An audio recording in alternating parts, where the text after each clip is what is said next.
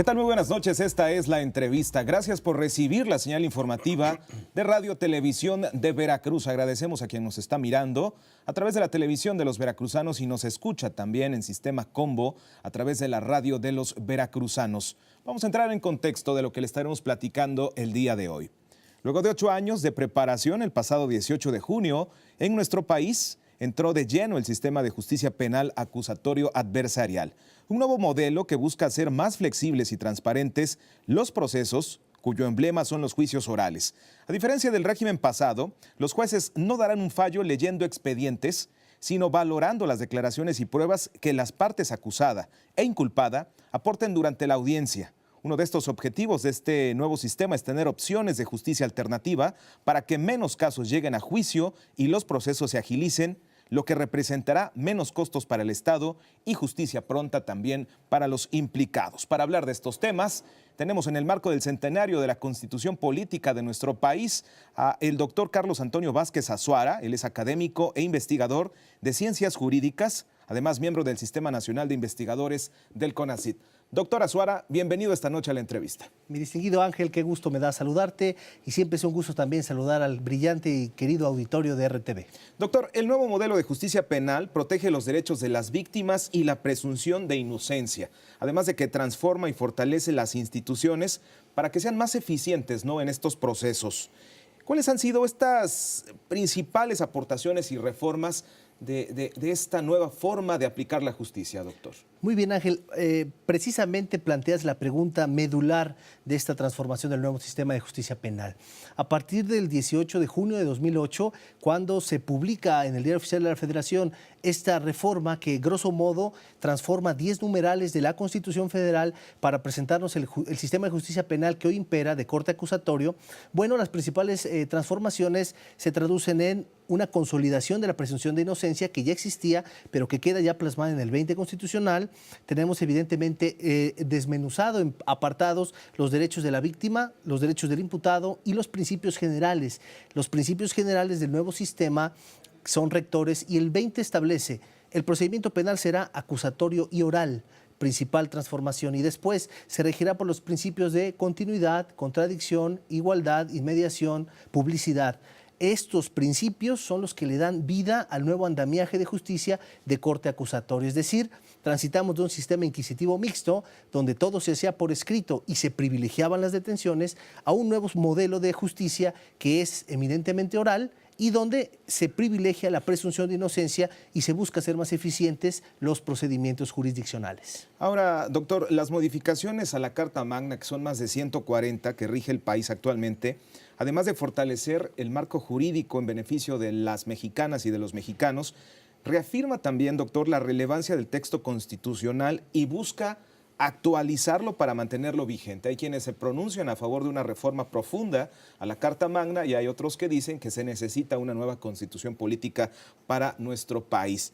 ¿Qué otras reformas trascendentes se han dado en los últimos 100 años que coadyuven con el fortalecimiento a este sistema penal acusatorio? Espléndida pregunta, porque como colorario para todos los televidentes, efectivamente referías datos de reformas y valdría la pena establecer que algunas reformas se hacen contabilizando los decretos. Los decretos de reforma han sido 206 decretos desde 1917 a la fecha, pero estos decretos involucran a su vez reformas de diversos numerales que en sumatoria nos dan como resultado más de 900 reformas en su haber de la Constitución, que evidentemente se concentran en esos 206 decretos. Y curiosamente el presidente que más reformismo ha generado en su gestión ha sido el presidente actual, Enrique Peña Nieto.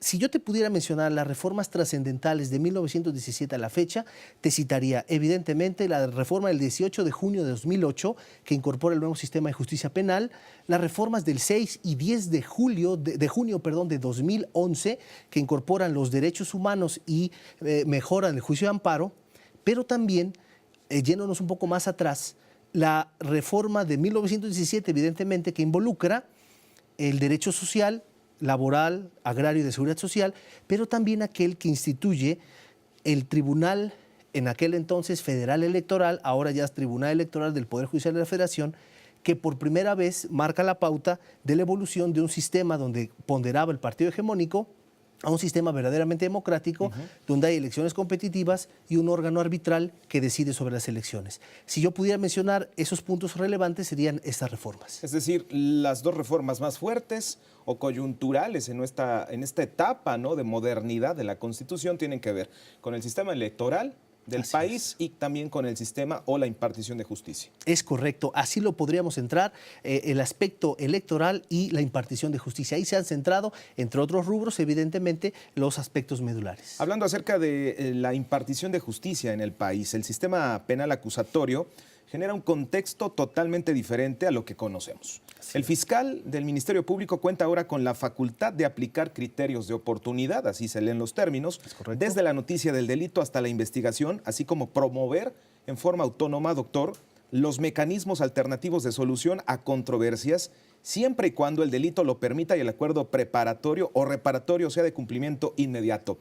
¿Cuáles fueron las principales transformaciones en materia de justicia penal al transitar, doctor, de un sistema inquisitivo mixto al penal acusatorio vigente en la actualidad?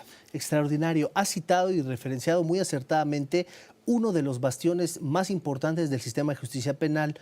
Antes de referir los siguientes, me centro en las salidas alternas al procedimiento. Las salidas alternas al procedimiento son mecanismos alternativos de solución de controversias, mediación y conciliación, evidentemente los acuerdos reparatorios, los criterios de oportunidad, el procedimiento abreviado, y estos en suma representan una posibilidad de evitar que los juicios iniciados lleguen a la etapa de juicio oral. Hasta antes de esa etapa, todos los asuntos se pueden dirimir, ya sea en las unidades de atención temprana a través de mediación y conciliación o ya sea a través de todas estas salidas alternas. Si no se hubieran consolidado estos mecanismos alternativos de solución de controversias, muy probablemente, dicen los expertos, el sistema colapsaría, porque no habría tiempo de llevar a cabo tantas audiencias de juicio oral que ahora sí, a diferencia del sistema inquisitivo mixto, representan una presencia del juzgador. Y aquí van las diferencias trascendentales. El juez ya debe estar presente.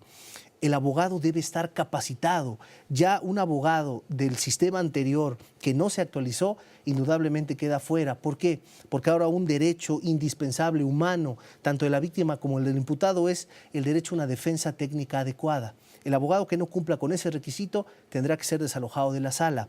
Tenemos una publicidad, grabación de audio y video, una presencia real del juzgador y además todo un andamiaje de etapas que permite que la prueba se genere en presencia del juzgador. Todos estos elementos conjuntados en un nuevo sistema de justicia penal permiten garantizar un mejor acceso a este tipo de justicia. Ahora, doctor, hay una controversia porque se tiene la percepción que el sistema penal acusatorio propicia, es decir, la impunidad derivado de múltiples detenciones que traen aparejada la liberación de los probables responsables, ¿no?, de algún delito. ¿Esto es correcto o es una mala percepción? Muy bien, la verdad qué importante que menciones ello para sobre todo los televidentes. Nos han vendido a veces un poco la idea desde una estructura mercadológica que el nuevo sistema de justicia penal trae aparejada la impunidad porque los delincuentes no se quedan adentro. Lo que no reparamos a veces en entender es que un sistema garantista y protector de derechos humanos privilegia la presunción de inocencia. Entonces, cuando inicia un procedimiento, apenas se van a recabar los datos de prueba que permitan apuntalar la probable responsabilidad. Entonces, si desde el principio pretendemos detener a la gente, tenerlos privados de su libertad y cuando se demuestre que no fueron, entonces liberarlos, ya el daño está hecho. Refiero un comercial brevemente que escuchamos luego en televisión. Dice, fulano de tal se robó unas latas de atún y está compurgando una pena de 8 meses en prisión. Y otras personas que se roban millones están en libertad. La verdad es que en el nuevo sistema de justicia penal eso no pasaría. Una lata de atún por su costo evidentemente representa criterios de oportunidad, salidas alternas, acuerdos reparatorios, mecanismos y además por la naturaleza no trae aparejada prisión preventiva. Eso es un mito.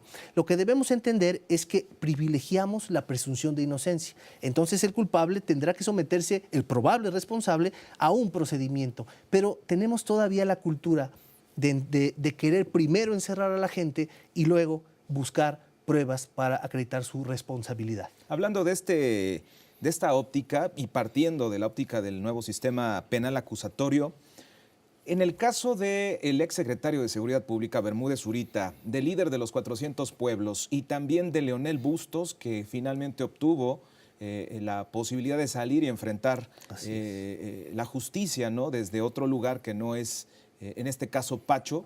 ¿Cómo ve usted esta situación, doctor? ¿Qué expectativa se tiene de que los probables delitos cometidos no queden impunes? Muy bien. Estos casos que refieres que además han llamado la atención de la opinión pública.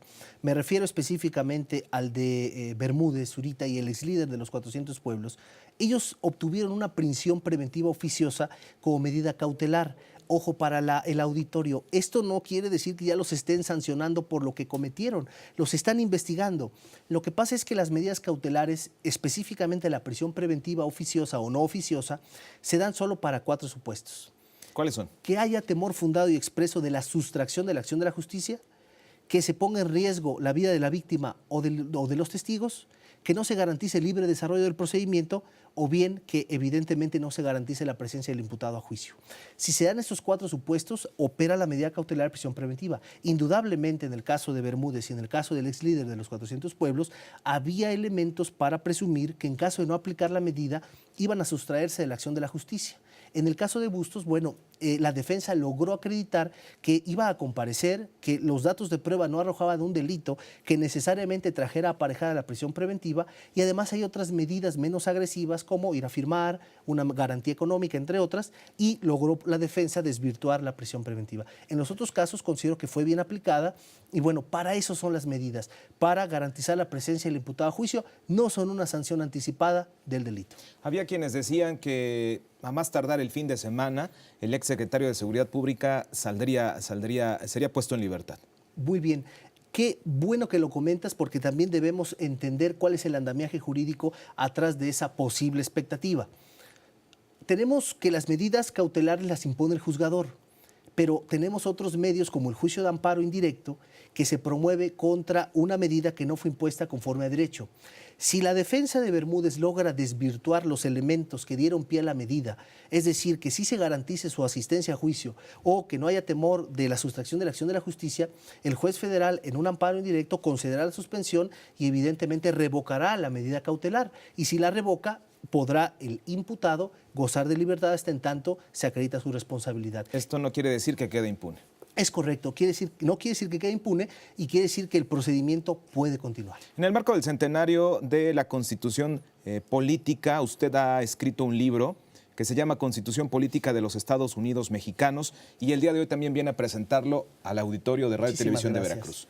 Muchísimas gracias, mi querido Ángel. Pues en efecto, tuvimos la oportunidad de esgrimir una obra que es conmemorativa de los 100 años de promulgación y vigencia de la Constitución. Datos importantes como el número de reformas, los presidentes que han reformado más, el artículo 73 que ha sido el más reformado y que particularmente acaba de salir un decreto ya donde nuevamente se toca el 73.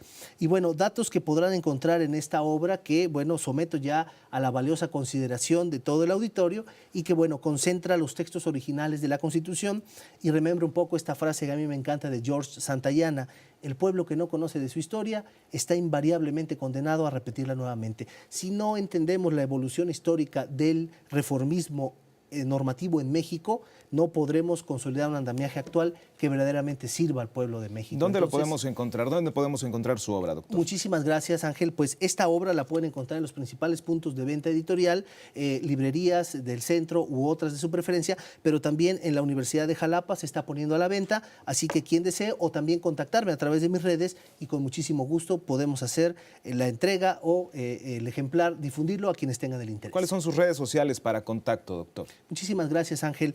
Pueden contactarme a través de Twitter en Azuara82, Facebook, Carlos Antonio Vázquez Azuara, en YouTube también mi nombre completo, Carlos Antonio Vázquez Azuara, en mi canal. También pueden contactarme a través de mi página de internet que es www.carlosazuara.jimdo.com. Y en estos espacios virtuales estoy para servirles y también encontrarán información necesaria sobre esta y otras obras que he tenido el gusto de publicar. Doctor Carlos Antonio Vázquez Azuara, académico e investigador de ciencias jurídicas, además es usted miembro del Sistema Nacional de Investigadores del CONACYT, Le agradezco enormemente que esté esta noche platicando con el auditorio de Radio Televisión de Veracruz acerca de este tema que siempre genera pues controversia, pero que también debemos estar bien informados para saber en qué se basa y en qué consiste este nuevo sistema penal acusatorio. Gracias por estar con nosotros. Muchas gracias, Ángel, muchas gracias al auditorio. Siempre me complace estar aquí con mis amigos de RTV. Un afectuoso saludo a todos los televidentes y bueno, como siempre, me reitero a la orden de todos ustedes. Muchísimas gracias. Nosotros hacemos una pausa, es breve, quédese con nosotros, aún faltan más noticias.